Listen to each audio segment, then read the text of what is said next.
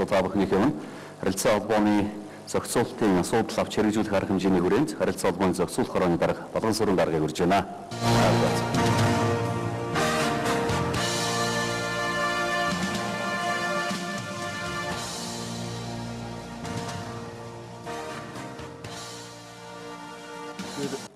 Та бүхэнд юуны энэ өдрийн мэндийг хүргэе.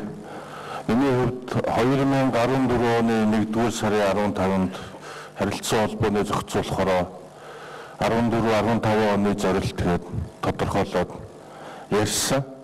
Энэхүү зорилтыг ахаад нэг эргэж харъя гэж. Өнгөрсөн 2014 онд юуг амжуулвэ? Эрх зүйн шинжилгээний жилд шуудангийн иргэдийн татварыг улсын их хурлаар оруулж батлуулсан.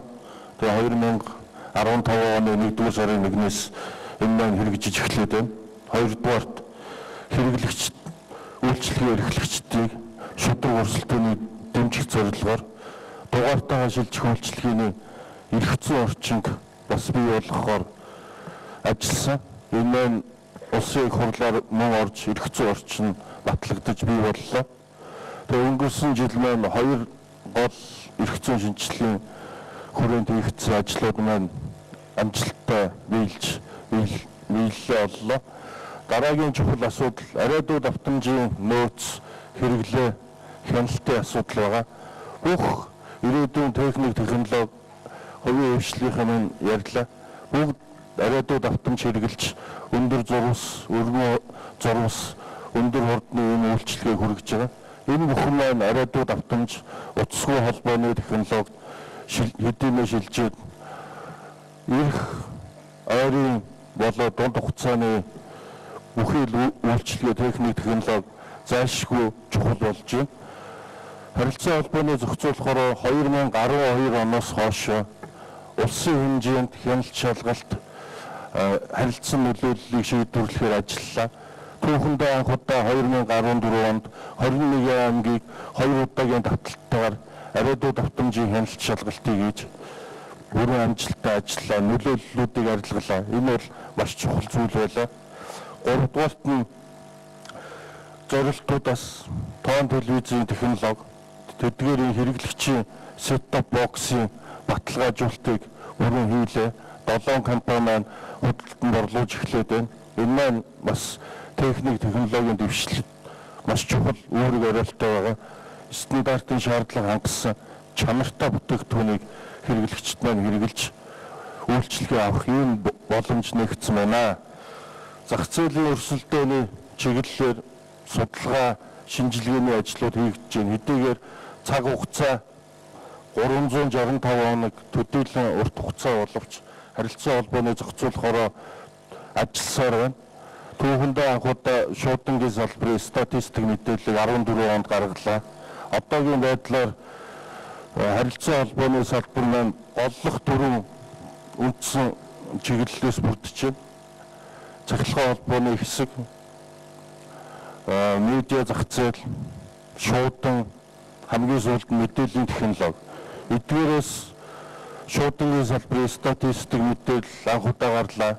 Цахилгаан холбооны статистик мэдээллүүд маш их цэвэршиж үнэн бодтой гаргаж эхэллээ. Медиа зах зээлийн мэдээллийг цуглуулад энэ цаг хугацаа орж байна.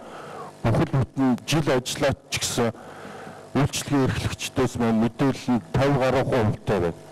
Тэгэхээр харилцаа холбооны зохицуулах хорооны нийт хамт олноос хамаарахгүй үйлчлэгийн эрхлэгч та бүхэн маань бас энэ тал дээр нэлээд анхаарч ажиллах хэрэгтэй байна гэж харагдаж байна. Тэгээ 2015 онд бол сая ууган компани маань хэллээ IPTV-ийн үйлчлэгээ 2 оноогоор ялагдсан гэж. Тусгай зөвшөөрөл маань хэн болгоны хүснээр олгогдож, хэн болгоны хүснээр авдаг ийм зүйл биш юм аа. Энэ маань сонгон шалгаруулалтаар олох ёстой хязгаарлагдмал тоотой нөөцтэй зөвлүүдийг бол сонгон шалгаруулж олгож байгаа. Тэгээд үндэсний 2 компани шалгарсан байгаа.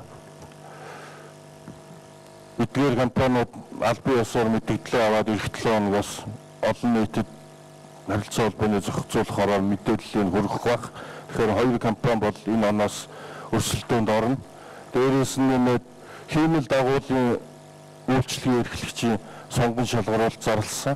Энэ нь тун удахгүй 1-р сард амжуул 2-р сарын ихээр зарлагдаад бас өрсөлдөөнд орно. Тэгэхээр ингээд өрсөлдөөнийг дэмжиж байгаа үйл ажиллагаа маань харилцан холбооны зохицуулах хорооны зүгээс нэлээдгүй хийгдэж байна. Одоо ингээд бүх илтгэгчдийн маань ярьсан зүйлүүдийг ингээд базаад хэлэхэд техник технологи хэрэглээ бүхий л зүйл хөгжсөөр байна. Цаг хугацаа улам их төвжилж байна, хурцсаж байна. Одоо нэг анхаарах зүйл бол бид бүхэн ирээдүйн болсон хүүхэд залуучуудаа цахим орчны зөв зохистой хэрэглээг хэрхэн хэрэглэх вэ? Энэ тал дээр төрийн хувийн хвшил маань үнэхээр заашгүй хамтрахгүй болохгүй болжээ.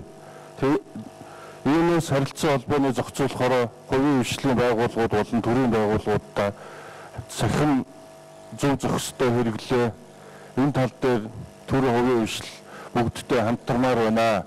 Та бүхэнд уриалж байна. Баярлалаа.